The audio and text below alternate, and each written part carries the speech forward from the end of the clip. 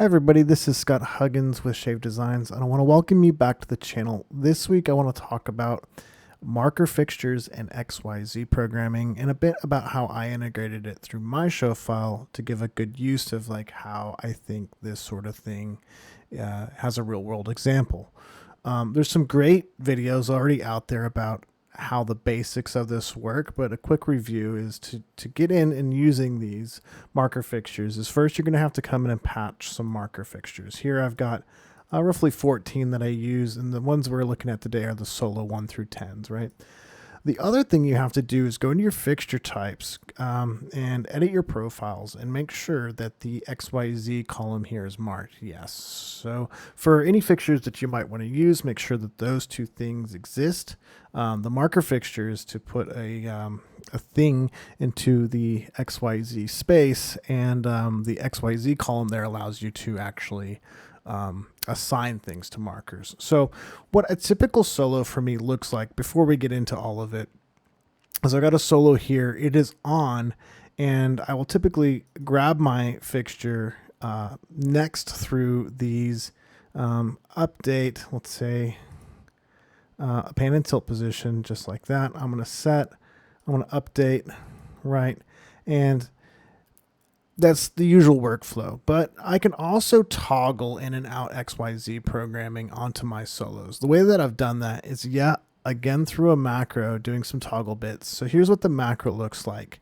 We're going to set the sequence solo cute part. We're going to enable some things and we're going to disable some things, right? And let's take a close look at that inside the queue, right? Here's the macro. Part one is we're going to toggle two parts to be enabled and disabled. We're just going to do the opposite in macro line 2, right? And then we're going to change the appearance of this macro to have some feedback visually about whether we want to select the XYZ programming to be used, right? In our queue, what's that doing right here is it's targeting this move in black part, and it's enabling this line and disabling these two, right? The XYZ programming looks like two parts. The first one is that you take the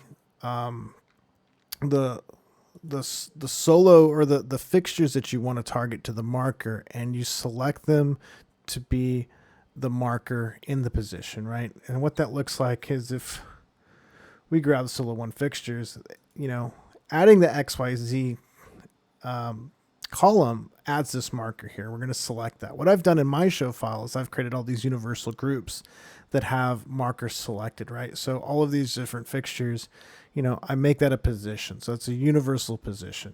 Number 2 is I have all these positions here that are simply these markers in 3D space. And so that's what I update during my show file instead. So when the marker or when the solo queue is on, which it is now, I can toggle it to, let's clear this.